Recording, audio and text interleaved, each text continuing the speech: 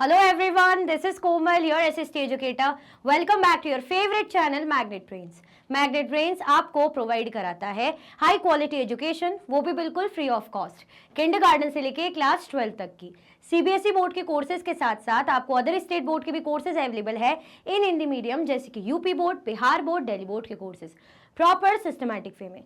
कोई दिक्कत परेशानी आपको नहीं होगी। डेली प्रैक्टिस सेट्स के क्वेश्चंस भी मिलेंगे, प्रैक्टिस भी करते जाइएगा। ई बुक्स और ई नोट्स के लिंक आपको डिस्क्रिप्शन बॉक्स में अवेलेबल है, भटकने की बात बिल्कुल भी नहीं बनती है। सो 7 चैप्टर है हमारा इंडियाज कल्चरल रूट्स, है ना। हमारे जो सांस्कृतिक जो जड़ें रही हैं, जैसे बुद्धिज्म की बात करें, वैदिक काल की बात करें, है ना, उपनिषद्स की बात करें, ये सारी चीज़ें इसी में इस चैप्टर में हमने पढ़ी थी बहुत अच्छे से, है ना। अलग अलग स्कूल्स, फिलॉसफी के जो स्कूल्स अगर हम गए, ठीक है। चलो पहले तो आप क्या कर दो, फटाफट से लाइक शेयर कर दो। और ये क्या है आपके सामने, ट्रू फॉल्स आ गया है। जल्दी जल्दी लाइक करो और पहला क्वेश्चन देखते हैं फटाफट से। Indian culture by any estimate is several millenniums old. ऐसा माना जाता है जो हमारी संस्कृति है, जो हमारा कल्चर है भारत का, वो कितना है, सेवरल मिलेनियम्स ओल्ड। मिलेनियम्स का मतलब क्या होता है, पहले तो ये बताओगे तब जाके समझ में आएगा क्वेश्चन।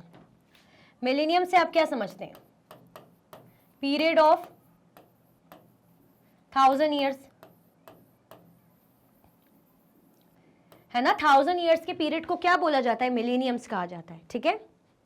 तो अब ये बताइए कि जो हमारी संस्कृति है, जो हमारा कल्चर है भारत का, वो सेवरल मतलब 1000 ईयर्स ओल्ड है, पुराना है। इज इट ट्रू और फॉल्स, सही है या गलत है बताइए। या लाखों साल पुराना है, या अब 1000 इतना भी पुराना नहीं है, 100 कुछ सालों पुराना है, कुछ सदियां पुराना, क्या हो जाएगा, ये बिल्कुल सही बात है, ट्रू है, ठीक है, इतना पुराना है। The word Veda comes from the Sanskrit with which means Vedantu. जो वर्ड है वेदा कहां से आया है, संस्कृत टर्म है विद, वहां से आया है। इसका अर्थ होता है, इसका मतलब होता है वेदांतु। क्या वेदा का मतलब होता है वेदांतु, बताओ। क्या वेद का मतलब वेदांतु होता है, ये क्या हो जाएगा, ये फॉल्स हो जाएगा। नॉलेज होता है ना। वेद, विद से आया, विद मतलब विद्या, विद्या का मतलब ज्ञान, ज्ञान को क्या बोलते हैं इंग्लिश में, नॉलेज, ठीक है। The Vedas consist of thousands of hymns prayers in the form of plays and dramas. जो वेदास हैं उसमें बहुत से हजारों हमें क्या मिल जाएंगे, भजन, ऐसे प्रेयर्स मिल जाएंगे। किन फॉर्म्स में, प्लेस के फॉर्म में, ड्रामा के फॉर्म में, है ना, नाटकीय रूपांतरण के तरीके से, या उसको ऐसे प्ले के फॉर्म में, ड्रामा इस तरीके से। तो ऐसे हमें मिलते हैं क्या बताइए, क्या इस तरीके से मिलते हैं क्या, पक्का प्लेज एंड ड्रामा, ये क्या होगा, फॉल्स है। नहीं, प्लेज एंड ड्रामा के फॉर्म में ऐसा कुछ भी नहीं था, ठीक है। सिंपल सिंपल रिसाइट किया जाता था, रीड किया जाता था, clear. UNESCO stands for United Nations education scientific and cultural organization. UNESCO का फुल फॉर्म यहाँ पे बताया गया है कि United Nations educational scientific and cultural organization. Is it true, क्या यही फुल फॉर्म है या कुछ और है, बताओ। फिर उसके बाद क्या है आपके पास last, the Rigveda alone list over 30 such jans for janas, for instance the Bharat, the Purus, the Kurus, the Yadus, the Turvashas etcetera. क्या हो जाएंगे, ये ट्रू है, ये फॉल्स है, ठीक है। ये फॉल्स है, इतना पुराना इतना नहीं है, इतने जन्स नहीं है, ठीक है। और ये इसका फुल फॉर्म से, ये तो इजी है इसीलिए मैंने इसको ज़्यादा एलैबोरेट नहीं करा, आपको पता है इसका फुल फॉर्म, ये मैंने कई बार अच्छे से बताया था आपको कि यूनाइटेड नेशंस, उसके स्टेट्स बोल रही हूँ, नेशंस, उसके बाद एजुकेशनल, ई से, साइंटिफिक एस के लिए, कल्चरल, है ना। चलो fill in the blanks. Dash a man who, giving up the usual life in the world, dedicates himself to religious or spiritual pursuits। किनको बोला जाता है, ऐसे मैन होते हैं, ऐसे आदमी लोग होते हैं जो क्या करते हैं, जो यूजुअल लाइफ है ना, ये जो डिजायर से भरी हुई, नीड से भरी हुई, ज़रूरतों से भरी हुई, टेंशन वाली, सफरिंग वाली सब लाइफ को छोड़ के खुद को किस चीज़ में डेडिकेट कर देता है, कहाँ खुद का ध्यान लगा लेता है, रिलीजियस और स्पिरिचुअल परसूट्स में, है ना, धार्मिक और आध्यात्मिक चीज़ों में, वहाँ इंडल्ज कर लेता है खुद को। तो ऐसे लोगों को क्या कहा जाता है, ऐसे आदमियों को हम क्या बोलते हैं, संत बोलते हैं, साधु बोलते हैं, मॉन्क बोलते हैं, क्या बोलेंगे, संत है, साधु है या मॉन्क है, तो क्या हो जाएगा हमारा आंसर, मॉन्क बोलते हैं, ठीक है। जो दुनिया मुनिया की सारे मतलब लालचों को, है ना, या कोई डिजायर्स हैं या दुखों को, हर चीज को से दूर छोड़ के सबको, और किस चीज पे ध्यान रहता है कि बस अब हम स्पिरिचुअलिटी पे ध्यान देंगे, अब हम रिलीजियसली पे ध्यान देंगे, ठीक है। The Buddha founded the dash a community of bhikkhus और मॉन्क्स। बुद्ध ने क्या फाउंड करा था, जहां पे किसकी कम्युनिटी मिलेगी हमें, भिखुस की, भिक्षुस की, जिन्हें भिक्षुस या भिखुस भी हम कहते हैं, और मॉन्क्स की। कौन सी कम्युनिटी, क्या बोला जाता है उसको, क्या फाउंड करा था, संघ, मोनेस्ट्री, एसोसिएशन, क्या यही है, कौन सा टर्म है बताओ। अब ऑप्शन यहां तो है नहीं, लेकिन मैं आपको इतना हिंट दे देती हूं, या इनमें से कोई भी नहीं। अब तो याद आ गया होगा, क्या हो जाएगा हमारा आंसर, संघ, ठीक है। Just like Siddhartha Gautama, prince dash was born into a royal family in the early 6th century BCE। जैसे सिद्धार्थ गौतम यानी गौतम बुद्ध प्रिंस थे, है ना, रॉयल फैमिली के मेंबर थे, शाही परिवार, शाही घराने से थे, तो ऐसे ही कौन, किन की बात हो रही है, वो भी रॉयल फैमिली से थे, प्रिंस थे, है ना। कब की बात है, early 6th century BCE, before common era 6th century। किसकी बात हो रही है, गौतम बुद्ध की तरह एक और किसका नाम हम बार बार लेते हैं, जो उन्हीं की तरह शाही परिवार से थे, बट फिर भी उन्होंने दीन दुनिया, ये सारे ऐश आराम, हर चीज को त्याग के किस चीज का रास्ता अपनाया, सत्य को जानने का रास्ता अपनाया, है ना। किसकी बात हो रही है, वर्धमान महावीरा, है ना। आंसर क्या हो जाएगा हमारा, वर्धमान, ठीक है। चलो, about 2.5 millenniums ago a young prince named Dash was born in Lumbini। लगभग 2500 सालों पहले, है ना, 2.5 यानी 2500 सालों पहले एक यंग प्रिंस थे, है ना, जिनका जन्म हुआ था कब, लुम्बिनी, मतलब कहाँ, लुम्बिनी में हुआ था। किसकी बात हो रही है, किस, देखो मैं आपको सिंपल दो ही ऑप्शन है, या तो वर्धमान महावीरा की बात हो रही है, या तो गौतम बुद्ध की बात हो रही है। सिंपल सोवर दो options. Now it's up to you which one is correct, बताइए।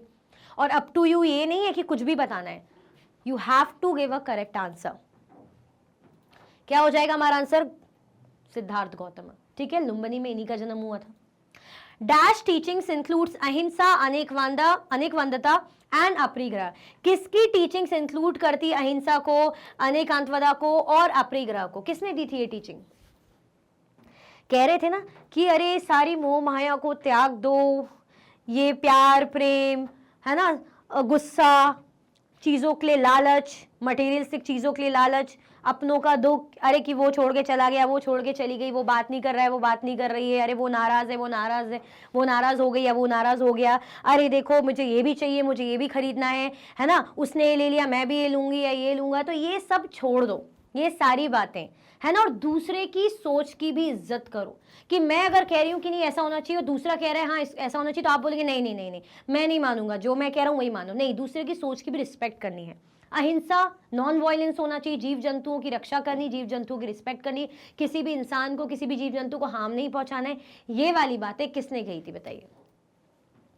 अब तो मैंने इतना सारा समझा दिया है, क्या गौतम बुद्ध ने कही थी या महावीरा ने कही थी, लेकिन टर्म्स आप देखो, ये टर्म्स किसके, तो ये जो टर्म्स है अहिंसा, अनेकांतवदा, अपरिग्रह, ये किसने दिए हैं आपको, ये जैन में हमें मिलते हैं ना। किस टीचिंग में मिलते हैं, जैन टीचिंग्स में मिलते हैं। क्लियर हो गया, किनमें है, जैन टीचिंग्स में सिखाया जाता है, वो उसमें यही बोला जाता है कि दूसरे के रिस्पेक्टिव की रिस्पेक्ट करनी चाहिए, ठीक है, किसी भी प्रकार का लालच नहीं रखना चाहिए, मटेरियलिस्टिक चीजों के पीछे भागना नहीं चाहिए, ठीक है, और क्या है, अहिंसा, नॉन वायलेंस नहीं करना चाहिए, नॉन वायलेंस करना चाहिए, मतलब अहिंसा में रहना चाहिए, बार बार मैं वो अहिंसा नहीं करना चाहिए, नहीं, हिंसा नहीं करना चाहिए। क्लियर, चलो आगे अच्छे से समझ में, okay. What are the Vedas, Vedas क्या है, क्या है वेदास, चलो फटाफट फटाफट देखेंगे। The Vedas are ancient Indian text, Bharat के बहुत ही प्राचीन ये टेक्स्ट हैं, including Rigveda, Yajurveda, Samaveda and Atharvaveda, considered among the oldest scriptures. Veda में देखो सबसे ओल्डेस्ट अगर हम कहते हैं पहले का वेद है वो ऋग्वेद है, उसके बाद के जिनको हम बोलते हैं लेटर वैदिक टेक्स्ट, वो कौन से हो जाते हैं हमारे, यजुर्वेद, सामवेद, अथर्ववेद, ठीक है, क्लियर हुआ, ये हमारे वेद हैं, क्या है, एंशिएंट इंडियन टेक्स्ट, ठीक है। चलो, हु कंपोज द वैदिक हाइम्स, वैदिक हाइम्स को कंपोज करने का काम कौन करता था। देखो ये ऐसा काम ऐसा नहीं कि हर कोई कर लेता था, कुछ कोई स्पेशली था जो ये काम करता था, तो ऑब्वियसली हम समझते हैं कौन होंगे वो, hymns were composed by rishis, male sages, है ना, जो मेल ऋषि, और फीमेल सेजेस, ऋषिकास। ऋषि का फीमेल वर्जन ऋषिका होता है ना। मेरी एक कजन है, उसका नाम भी है ऋषिका, तो मेरे को उसकी याद आ जाती है जब जब मैं पढ़ती हूँ, ठीक है। तो ये लोग क्या करते थे, कंपोज करते थे, क्लियर, मतलब हाइम्स को बनाते थे, ठीक है। चलो, What does Jainism focus on? Jainism का फोकस किस टीचिंग में, किन चीजों में, किस चीज में ये लोग फोकस करते, कहां पर इनका फोकस है, चलो देखते हैं। Jainism focuses on principles like ahimsa, non violence, anekantavada, multiple perspectives and aparigraha, non positiveness. मैंने अब भी समझाया था ना, अहिंसा मतलब नॉन वायलेंस की हिंसा नहीं करनी है, अनेकांतवदा यानी हमें मल्टीपल पर्सपेक्टिव रखना है कि अगर किसी एक बात पे बात हो रही है, इन्होंने क्या बोला था कि सत्य कभी एक नहीं हो सकता, सत्य अलग अलग हो सकते हैं। अगर मैं बोलूंगी कि यही सत्य है तो नहीं, अलग अलग हो सकते हैं। और ऐसा नहीं कि दूसरा अगर अलग कुछ बता रहा है तो मैं उसकी रिस्पेक्ट ना करूं, मुझे उसकी बात की रिस्पेक्ट करनी होगी। क्लियर हुआ? दैट मीन्स हमें क्या रखना चाहिए, मल्टीपल पर्सपेक्टिव रखना चाहिए, है ना। और अपरिग्रह का मतलब होता है नॉन पॉजिटिवनेस। पॉजिटिवनेस वाला वैसा पॉजिटिवनेस वाली बात नहीं है, पोजेशन है ना, मटेरियलिस्टिक चीजों पे ज्यादा खुद को लुभाओ मत, ये भी हो जाए, वो भी खरीद लिया, एक फोन ले लिया तो अब कार भी ले लूं, अब ये भी ले लूं, घर भी ले लूं, अगर एक है तो दूसरा जबरदस्ती लेने की क्या जरूरत है। सस्टेनेबिलिटी पे बिलीव करने की बात यहां पे की जाती है ना। चलो, who was Siddharth Gautam and Mahavira? Siddharth Gautam और महावीरा कौन थे, चलो देख लेते हैं। Siddharth Gautam known as the Buddha was a prince who attained enlightenment and taught about suffering, है ना। क्या हुआ था ना, घूमने निकले थे बाहर, इन्होंने देख लिया एक बीमार इंसान, इन्होंने देख लिया एक बूढ़ा आदमी, और इन्होंने देख लिया एक मृत आदमी। तो इनका ना मन बहुत ज्यादा विचलित हो गया कि अरे यार, ये मतलब कुछ भी करके इंसान कितना दुखी है, कोई बीमार है, कोई बूढ़ा हो गया है, कोई मर गया है। फिर उन्हें दिखा एक ऐसा इंसान जो चुपचाप से मेडिटेशन कर रहा है ना, जैसे ऋषि कोई दिख गया उनको, तो उन्हें लगा ये कितना शांत है, कितना ज्यादा ठहरा हुआ इंसान है ना, ना किसी बात का लालच, ना कुछ नहीं, बिल्कुल अपने ध्यान में लीन है। तो तब उन्हें समझ में आया कि ना ऐसे लोगों में रह के, ऐसी चीजों में रह के हम क्या करते, सफर करते, सफरिंग सी होती है, ठीक है। तभी उन्होंने नॉलेज की तलाश में घर त्याग दिया था, उनकी वाइफ भी थी, बेटा भी था, हर चीज छोड़ छाड़ के वो चले गए थे, है ना। तो सिद्धार्थ गौतम कौन थे, बुद्ध उनको बोला जाता था। बुद्ध मतलब वाइस, है ना, बुद्धिमान, इंटेलिजेंट इंसान। प्रिंस हु अटेन एनलाइटनमेंट, कब उनको मिला था ज्ञान, कब मिला था, या आप मुझे बताना, कितने टाइम बाद मिला था, तुरंत मिल गया था, कुछ महीनों बाद मिला था, या सालों बाद मिला था। और उन्होंने किस चीज के बारे में सिखाया, सफरिंग के बारे में, कि इंसान क्या करता है, सफर करता है। क्यों? क्योंकि इंसान के अंदर होती है थर्स्ट, तन्हा, डिजायर्स, इच्छाएं जो कभी पूरी नहीं होती। अरे ये मिल जाए तो बढ़िया हो जाए, चलो वो मिल गया तो अब दूसरी चीज भी चाहिए, ये रहता है। Mahavira also known as prince Vardhaman. मैं इतनी अच्छी अच्छी बातें कर रही हूँ, आप बोलोगे मैम आप खुद भी ऐसी के, नहीं इंसान है, थोड़ा तो अपन नहीं हो सकते, लेकिन पढ़ाना तो वैसे ही पड़ेगा ना जो ये कह रहे। Mahavira also known as prince Vardhaman. देखो, महावीरा को प्रिंस वर्धमान भी कहा जाता था। जैनिज्म के फाउंडर थे, ये बुद्धिज्म के थे सिद्धार्थ गौतमा, और ये जैनिज्म के थे, ठीक है। Known for attaining supreme wisdom, इन्होंने तो सुप्रीम विजडम हासिल कर ली थी। क्लियर? चलो, What does the term कर्म एंड धर्म refer to? कर्म और धर्म, ये टर्म क्या बताता है हमें? कर्म हमारे कर्मा, हमारे एक्शंस, अच्छा करेंगे तो अच्छा मिलेगा, बुरा करेंगे तो बुरा मिलेगा। और धर्म, कर्म is a principle of cause and effect in actions influencing one's future experiences. धर्म refers to duty of righteousness guiding moral conduct in life. देखो, कर्म की अगर हम बात करें, कर्म मतलब काम करना।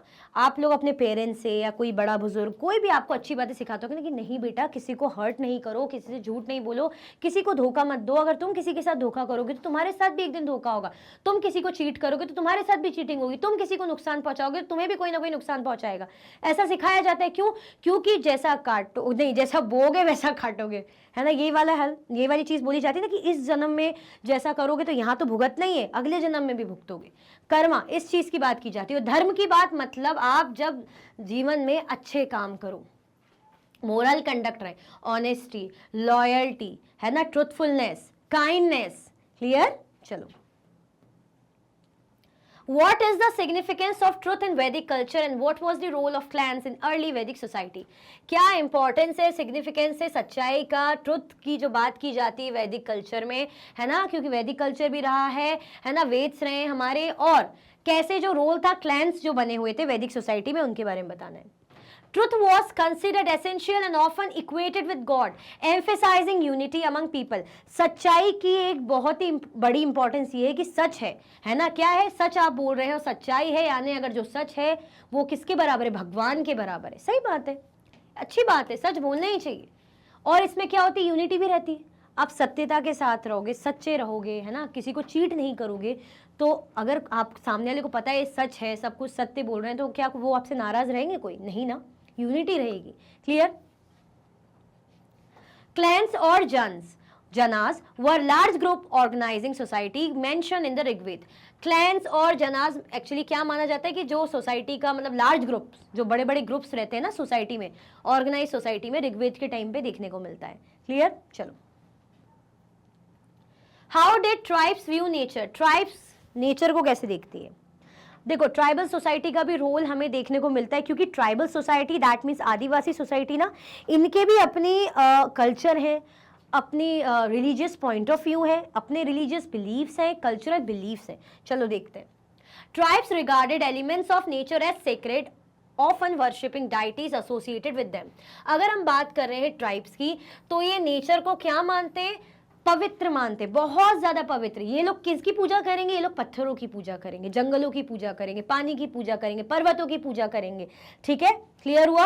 Often worshipping deities associated with them, nature से जुड़े हुए, प्रकृति से जुड़े हुए जो देवी देवता हैं उनकी पूजा करते हैं। जैसे अग्नि देवता की पूजा करेंगे, वायु देवता की, जो नेचर से जुड़े हुए हैं उनके लिए यही भगवान है, उनके लिए बहुत पवित्र होते हैं। ठीक है, चलो, What are the Vedas? What is their message? देखो, वेदास क्या है और इनके मैसेजेस क्या है, क्या मैसेज, क्या संदेश वेद हमें देते हैं। ठीक है, चलो, The Vedas are ancient texts of India consisting of 4 collections: Rigved, Yajurved, Samved and Atharved. They contain hymns composed by rishis and rishikas addressing deities and emphasizing values like truth and unity among people. देखो, 4 वेद होते हैं, ये तो ध्यान से याद रख ही लेना, है ना। 4 वेद में भी सबसे पहले का जो वेद है, अर्लीस्ट वेद है, वो कौन सा है हमारा? कौन सा है? ऋग्वेद है। बाद के कौन से? अथर्ववेद, यजुर्वेद, सामवेद। अब यहां पे क्या होता है, वेद में हाइम्स को कंपोज किया जाता है। कौन कंपोज करते हैं? ऋषि का और ऋषिज, है ना, फीमेल जो ऋषि और मेल ऋषिज, ये लोग कंपोज करते हैं, हाइम्स बनाते हैं। हाइम्स मतलब भजन, प्रेयर्स एंड ऑल। इनका फोकस क्या है, इनका पीछे का मोटिव क्या है, कि किस चीज के लिए बात करते हैं? सत्य के लिए, है ना, और यूनिटी के लिए बात करते हैं, कि सत्य हो और क्या हो? एकता हो, यूनिटी हो। क्लियर? चलो, What new schools of thought emerged in India in the first millennium BCE? What are their core principles? कौन से नए नए स्कूल्स ऑफ फिलोसफी थॉट के, मतलब थॉट के जो बने, इमर्ज हुए कब? First millennium BC. First millennium, देखो मिलेनियम में बता चुकी हूँ ऑलरेडी, है ना, period of 1000 years. What are their core principles? इसके पीछे के उनके सिद्धांत क्या रहे हैं, उनके प्रिंसिपल्स क्या रहे हैं, क्या होगा, ये हमें बताना है। चलो देखते हैं फटाफट से। New schools of thought that emerged in the first millennium BC include Vedanta, Yoga, Buddhism and Jainism. कौन कौन से आए थे? वेदांता आया था, योग का आया था, बुद्धिज्म का एंड जैनिज्म का आया था। उनके पीछे के कोर प्रिंसिपल क्या थे? इंटरकनेक्टेडनेस, कि एक दूसरे से क्या है, सब जुड़े हुए हैं, जीव जंतु इंसान हर कोई किसी ना किसी से क्या है, कहीं ना कहीं जुड़ा हुआ है। कर्मा की बात करते हैं, कर्म की बात करते हैं, अच्छे कर्म अच्छे फल। रीबर्थ की बात करते हैं कि आपका दोबारा जन्म होता है। अहिंसा की शिक्षा देते हैं, नॉन वायलेंस होना चाहिए। एंड स्पिरिचुअल रियलाइजेशन, आध्यात्मिकता का ज्ञान, है ना। ये सारे स्कूल्स जो हैं थॉट्स के, इनकी ये कोर प्रिंसिपल्स हैं। क्लियर हुआ? कौन से फिर से देख लो। Vedanta, yoga, Buddhism, Jainism. क्या क्या प्रिंसिपल्स हैं? Interconnectedness, karma, rebirth, ahimsa, non violence and spiritual realisation. ठीक है, चलो। What is the contribution of folk and tribal tradition to Indian culture? हमारे कल्चर में फोक और ट्राइबल ट्रेडिशन का क्या कॉन्ट्रीब्यूशन रहा है है ना, फोक एंड ट्राइबल ट्रेडिशन का। देखो कल्चर हमारा है, चीजें हमारी है, लेकिन ये जो ट्राइबल ग्रुप की बात कर रहे हैं या इनकी चीजों की बात करें तो इनका क्या योगदान है? कुछ योगदान है या सब कुछ हमारा ही है? क्या हमने इनसे कुछ सीखा? क्या इन्होंने हमसे कुछ सीखा? तो हमने क्या देखा था कि इन्होंने भी हमसे चीजें सीखी है, हमसे चीजें ली है, इवन इनकी चीजें भी हमने इनसे ली है। ठीक है, एक्सचेंज चलता आया है परस्पर। ठीक है, चलो देखते हैं। Folk and tribal traditions have enriched Indian culture through their unique deities। देखो जो ट्राइबल ग्रुप होते हैं ना, इनके भी अपने ही अलग डाइटीज होते हैं जिनकी पूजा करते हैं, जिनको ये पूजते हैं। ठीक है, रिचुअल्स इनके अपनी प्रथाएं होती हैं, अलग ही तरीके के रिचुअल होते हैं।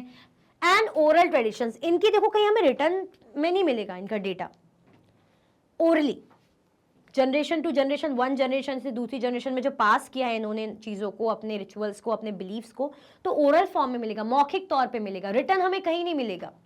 They have interconnected with mainstream Hinduism, contributing elements such as worship of natural elements and deities like Jagannath. जैसे ये इनके गॉड हैं, ये ट्राइबल लोगों ने शुरुआत की थी, इनके गॉड थे जगन्नाथ कल्ट, लेकिन उनको हम भी मानते हैं, है ना, उनको हम भी पूछते हैं। दैट मीन्स उनकी चीज़ हमने ली, ऐसे ही कुछ हमारी चीज़ें उन्होंने भी ली हुई है। तो एक कॉन्ट्रीब्यूशन दोनों तरफ से चला है, ये एक्सचेंज ऐसा नहीं कि उन्हीं की तरफ से आया है या हमने तो कुछ नहीं लिया। नो, हमने भी उनसे बहुत सी चीज़ें सीखी है, उन्होंने भी हमसे, है ना। तो वही हमें बताया जा रहा है कि इन्होंने इंटरैक्ट किया है, इंटरेक्शन चला है। मेन स्ट्रीम हिंदुइज्म मतलब मेन पहले हिंदू रिलीजन ही था, तो उनसे इंटरैक्ट इनका थ्रू आउट द टाइम चलता आया है, ऐसा कहीं भी लैक नहीं हुई है चीजें।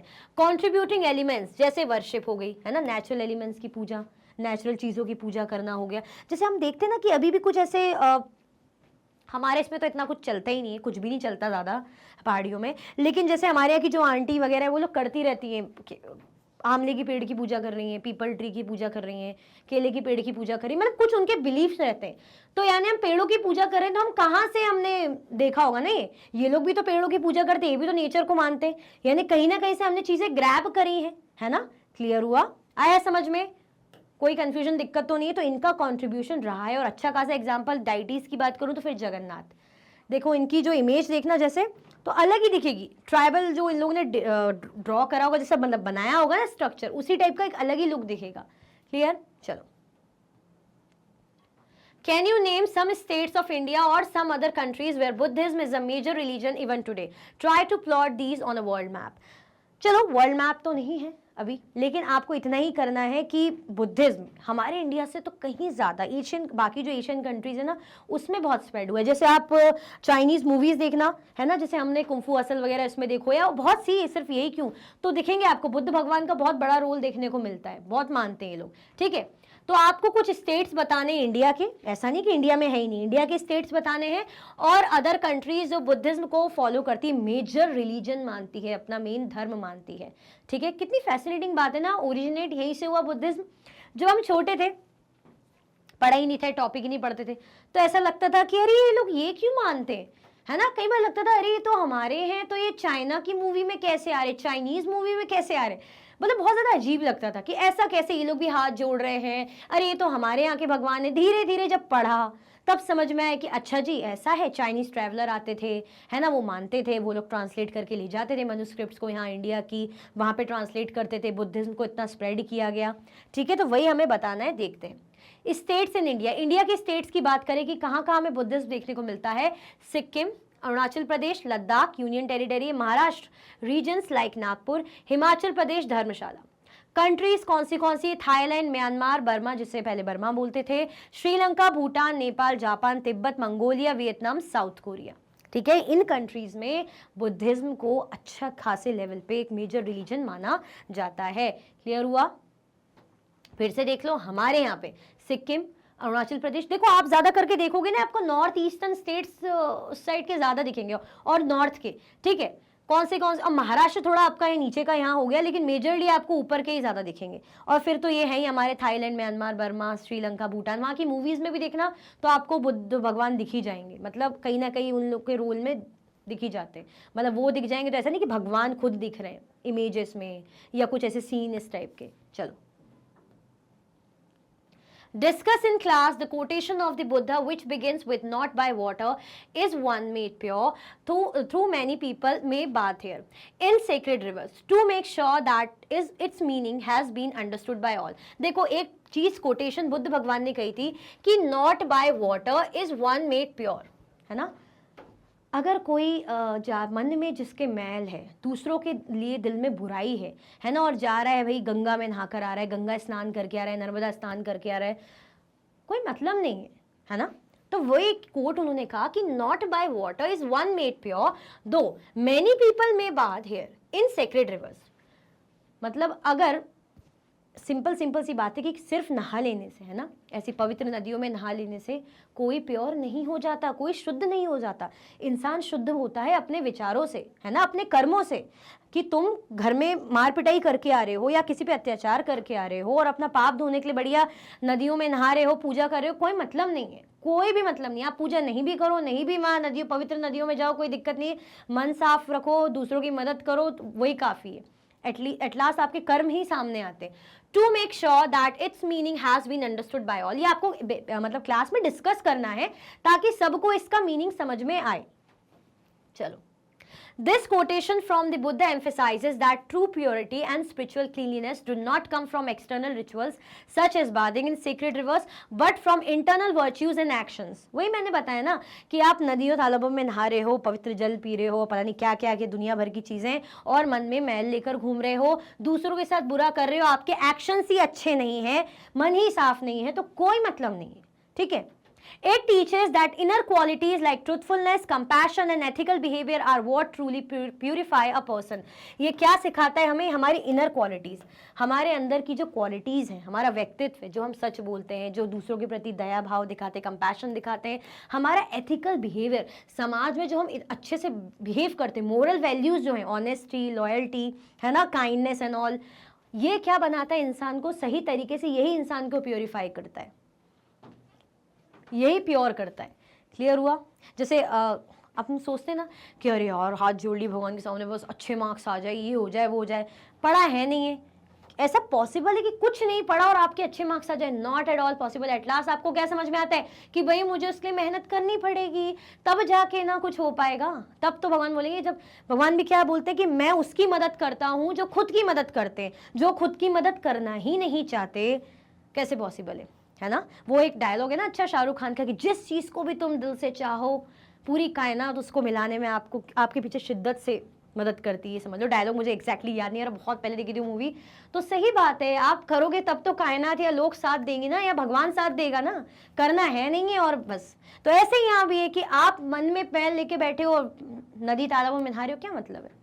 Discussing this in class can help students understand that spiritual practices should focus on personal growth and the moral integrity rather than mere ritualistic activities। देखो कई लोग, मैंने भी ऐसे देखे हैं, है ना, सच में देखे हैं। मेरी कॉलोनी की जो आंटियां हैं, है ना, वैसे तो पूजा पाठ करती रहेंगी, लेकिन अरे उसको उससे बात नहीं करनी, वो तो यार उसके घर नहीं जाने, वो तो यार वो तो मुस्लिम है ना, या वो छोटी कास्ट की है, अरे या तो वो ये खाती है या तो वो है। अरे तो तुमको क्या करना, तुम अच्छा बिहेवियर नहीं कर रहे तो तब तुम बात करो ना। तुम ऐसा बिहेव कर रहे हो, मतलब मैंने खुद सुना है ये चीज़, है ना, कि अरे वो दूसरे रिलीजन की यार, उनको क्या बुलाना, उनको क्या इन्वॉल्व करना, अरे छोड़ो, तो छोटे छोटे जात के लोग हैं, वैसे लोग हैं। मन में वो है, मैं तो नर्मदा नहा कर आ रही हूँ, मैं तो ये जाकर आ रही हूँ, क्या मतलब है? अयोध्या घूम कर आ रही हूँ, अरे मन में मैल लेकर घूम रही हो, चाहे अयोध्या घूम कर आ जाओ या अयोध्या लेकर आ जाओ, क्या मतलब है? क्लियर? तो इसमें क्या सिखाया जा रहा है, क्लास में जो डिस्कशन हो उससे समझ में आ रहा है कि स्पिरिचुअल ग्रोथ जब ही है जब आप अंदर से ग्रो करो, अपने मन को साफ करो। The quote encourages individuals to seek purity through self-discipline, kindness and understanding, reflecting the core values of Buddhism। देखो क्या बता रहा है, किस चीज को इंकरेज कर रहा है? प्योरिटी की बात कर रहा है। सेल्फ डिसिप्लिन, कंट्रोल करो सबसे पहले खुद को, दया भाव होनी चाहिए आपके अंदर, समझदारी होनी चाहिए, ठीक है। कोर वैल्यूज जो है यही है बुद्धिज्म के। क्लियर हुआ? तो ये जो मेन चीज दिखाई जाती है, दया भाव, प्योरिटी, ये रखो। नदी तालाबों में नहाने से कुछ नहीं होता, ठीक है। चलो, अब ये नहीं कि आप बोलो कि मैम फिर हम नहाए नहीं तो चलेगा, नहीं, ऐसा भी नहीं है। Explain a few central ideas of Jainism, briefly comment upon them. आपको क्या करना है, जैनिज्म के जो भी इनके आइडियाज रहे हैं, थॉट्स रहे हैं, उनके बारे में डिस्कस करना है ना, और उन पर कमेंट करना है। सेंट्रल आइडियाज ऑफ जैनिज्म, क्या क्या है आइडियाज जैनिज्म के? अहिंसा, the principle of non violence is the foundation of Jain ethics.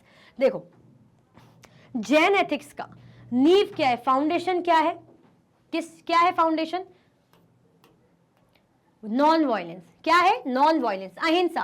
It extends beyond physical non violence to include non violence in thought and speech. सिर्फ ऐसा ही नहीं कि आप फिजिकली किसी को मार पिटाई कर रहे हो तो सिर्फ वो मत करो, नहीं, आप किसी के लिए गंदा गलत भी मत सोचो, ना किसी के लिए गलत बोलो, ये भी नॉन वायलेंस में आएगा। अगर आप अच्छा बोलोगे, अच्छी बातें करोगे, है ना, दया भाव दिखाओगे, तो ये सब नॉन वायलेंस में आता है। यानी आपकी स्पीच, आपके एक्शंस दोनों ही कैसे होना चाहिए? अहिंसावादी होने चाहिए। Jains believe in not harming any living beings as all forms of the life are interconnected. Jains किन में बिलीव करते थे कि हम किसी भी लिविंग बींग्स को हार्म नहीं पहुंचाएंगे, नुकसान नहीं पहुंचाएंगे। क्यों? क्योंकि सब जो है एक दूसरे से कनेक्टेड हैं, जुड़े हुए हैं। Clear? Anekantavada, this principle emphasises that reality is complex and can be viewed from multiple perspectives. ये जो प्रिंसिपल है अनेकांतवादा, इसमें बात आ जाती है मल्टीपल पर्सपेक्टिव की, है ना, कि कोई भी अगर बात हो रही तो ऐसा नहीं कि अरे मैं सही हूं, अगर दूसरा कुछ बोल रहा है तो मुंह टेढ़ा कर लिया, नहीं, दूसरों के पर्सपेक्टिव को, परसेप्शन को भी समझो, है ना। उनका ये कहना है कि रियलिटी इज कॉम्प्लेक्स, सच्चाई बहुत जटिल है और उसको अलग अलग पर्सपेक्टिव से देखा जाता है। No single view point can represent the complete truth. Single view point रख के हम ये नहीं बोलेंगे कि हाँ यही सच है, बहुत सी व्यू पॉइंट अलग अलग हो सकते हैं और उन सभी व्यू पॉइंट की हमें क्या करनी है? रिस्पेक्ट करनी है। This fosters tolerance and understanding towards different opinions and beliefs. ये किस चीज को बढ़ावा देगी? टॉलरेंस को।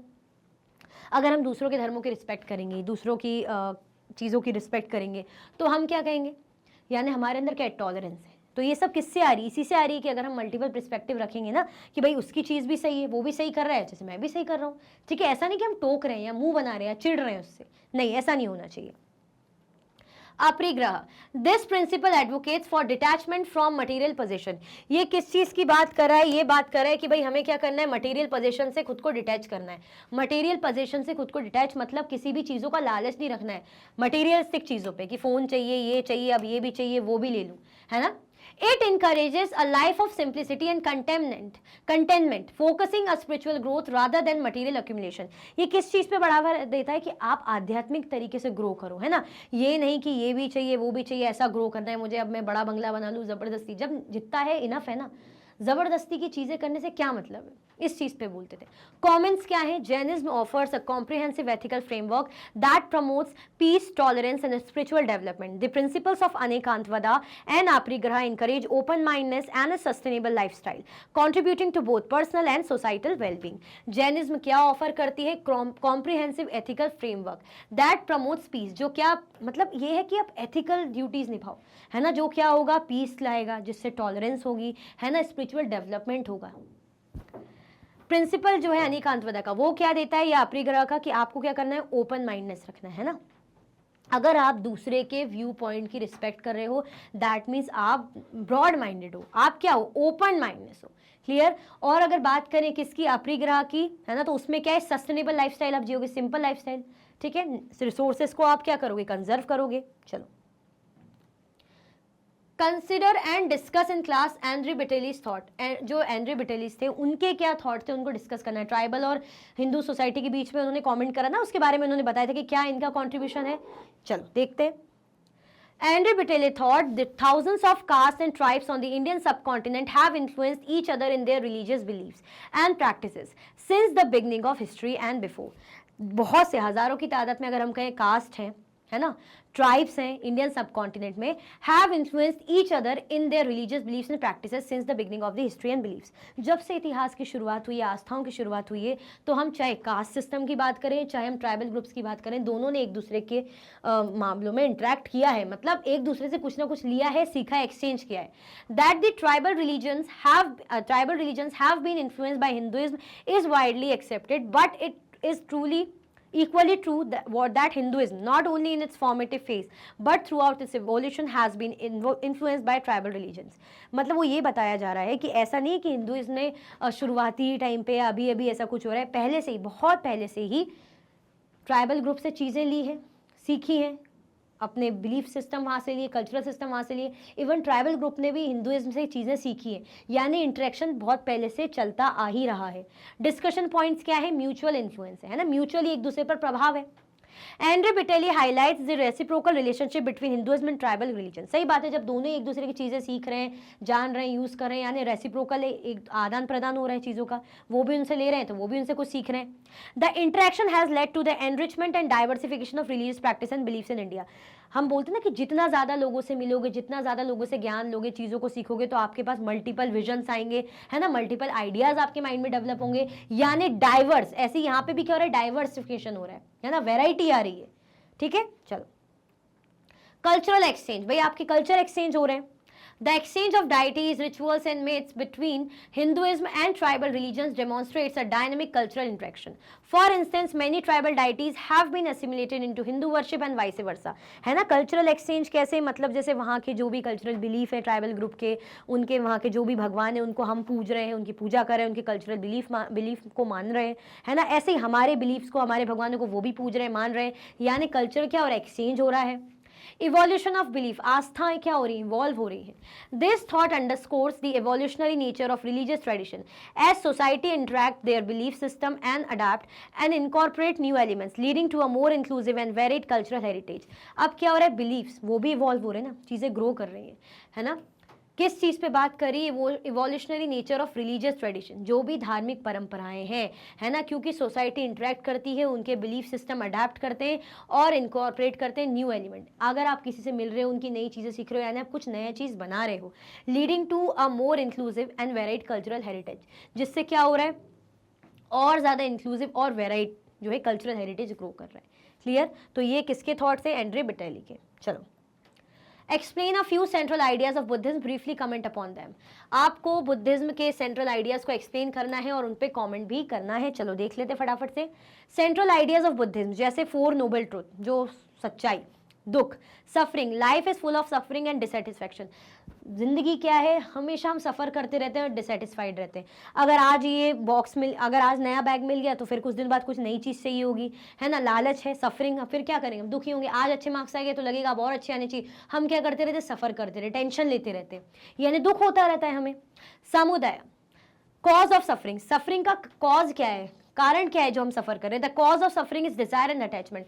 क्यों? क्योंकि हमारे अंदर इच्छाएं हैं या हमारे अंदर अटैचमेंट है कि अरे यार ये मेरा दोस्त है, चला गया, अटैचमेंट है ना, चला गया तो आपको दुख हो रहा है। अटैचमेंट नहीं होता तो आपको इतना दुख नहीं होता, आपको पता है आया है तो जाएगा ही, ठीक है। या डिजायर है कि ये चीज़ चाहिए तो अब वो भी चाहिए, तो इसलिए आप क्या कर रहे हो? सफर कर रहे हो।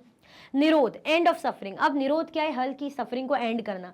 It is possible to end suffering by overcoming desires and attachment. देखो, अगर आप अपनी इच्छाओं पे, आप अपने अटैचमेंट पर काबू कर लो कि चलो ठीक है यार, चला गया दोस्त तो चला गया, ठीक है कोई बात नहीं, अच्छा मुझे ये चाहिए था बट ठीक है कोई बात नहीं, इससे काम चल जाएगा, तो यानी क्या करोगे? आप वहीं पर ही सफ़र करना बंद कर दोगे। जैसे मैं अगर टेंशन ले रही हूँ कि अरे यार मुझे वो चीज़ चाहिए, क्यों नहीं मिल रही यार, मुझे वो लेना ही लेना, मेरा दिमाग खराब हो रहा है, अगर मैं सोचूं ठीक है छोड़ो क्या लेना, तो क्या मेरा दिमाग खराब होगा? मैं नॉर्मल रहूँगी, यानी मेरी सफरिंग का क्या हो गया? एंड हो गया ना।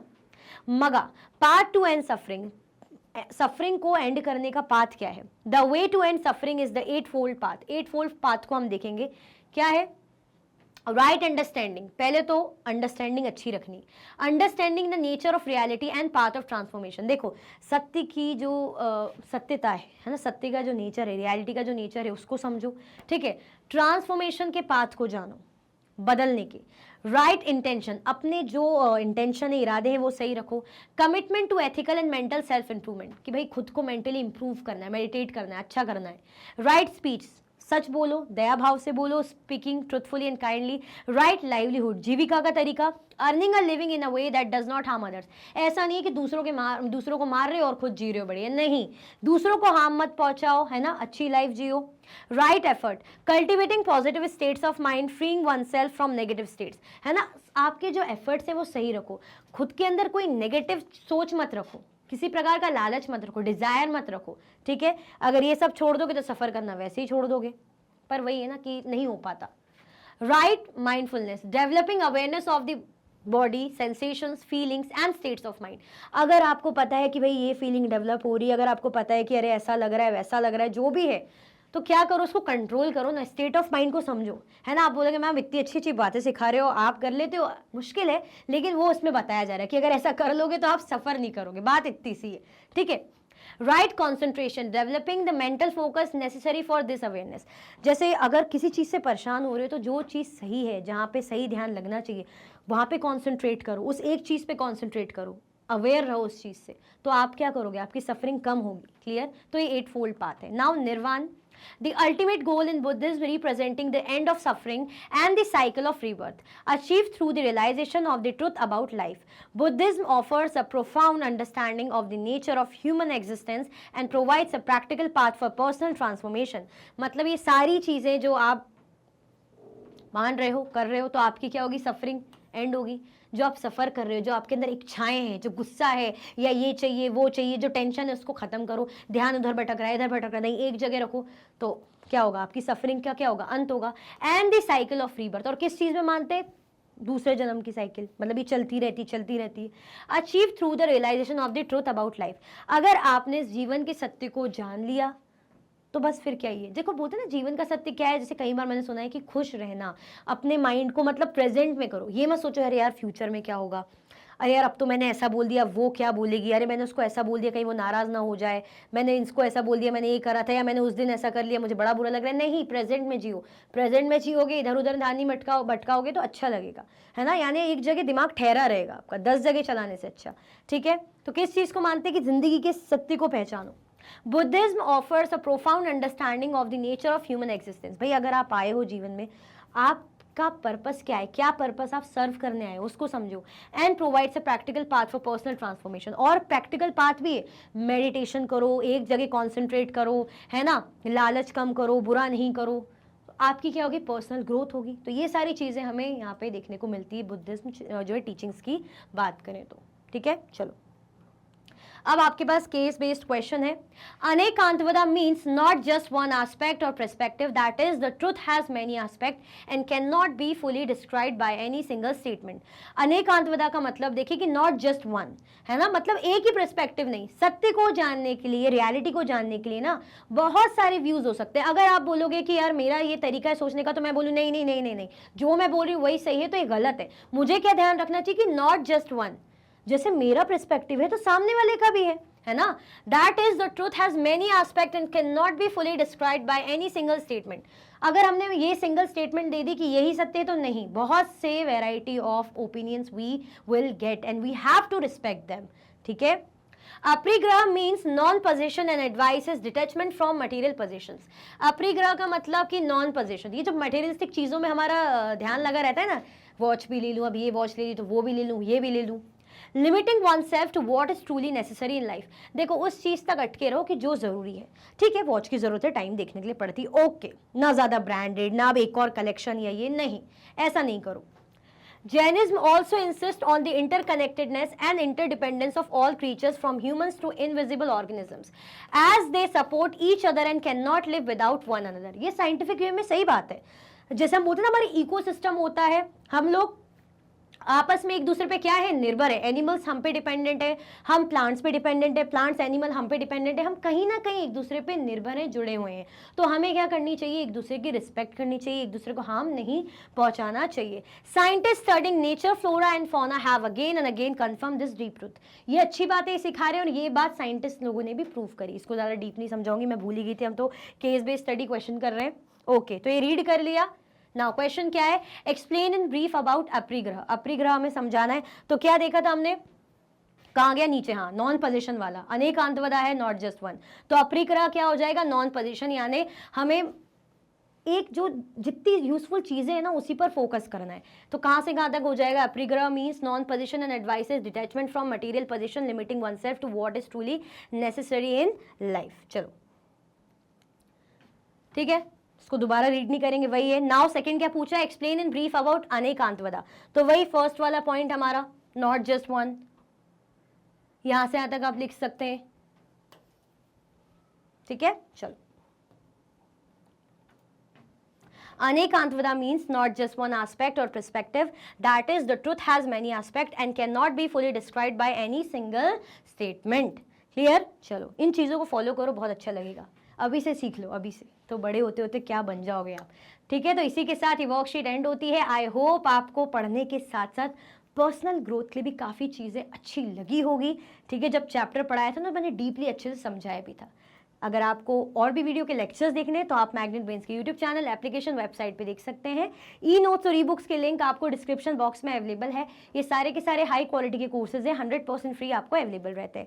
आप हमें प्लेटफॉर्म पर भी फॉलो कर सकते हैं. लाइक शेयर सब्सक्राइब करना बिल्कुल भी ना भूलें. अपना ख्याल रखें. Thank you so much for watching.